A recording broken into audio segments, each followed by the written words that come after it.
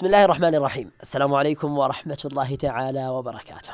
صلوات ربي وسلامه عليك يا رسول الله. أهلا وسهلا بحضراتكم في حلقة جديدة في مقطع جديد سنتحدث فيه عن طريقة تغيير الباسورد كلمة المرور في محفظة أورانج ماني، المحفظة الأكثر انتشارا في الأردن والأفضل من خلال التجربة الشخصية للمحافظ هي الأفضل، ودائما ما أذكر بأنها هي المحفظة الأفضل على مستوى المملكة. لتغيير كلمة الباسورد ننتقل إلى 3 شرطات الموجودة في الأعلى كما يشير السهم، ثم بعد ذلك ستظهر لنا عديد الخيارات من هذه القائمة.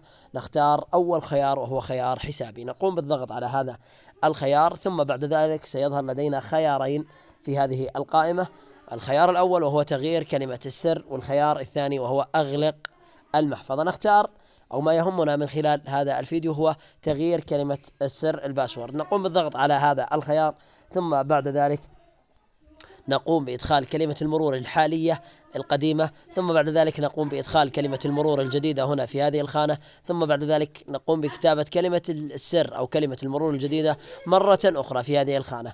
والتأكيد دائما على أن كلمة المرور يجب أن تحتوي على رقم بحرف كبير ورقم بحرف صغير ورقم واحد، أو عفوا حرف كبير واحد، حرف صغير واحد، ورقم واحد، ورقم خاص واحد.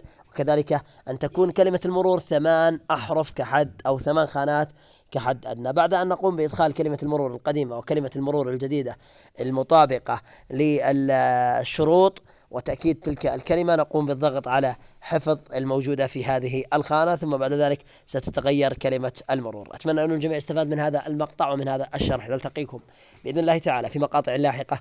السلام دائما هو الختام.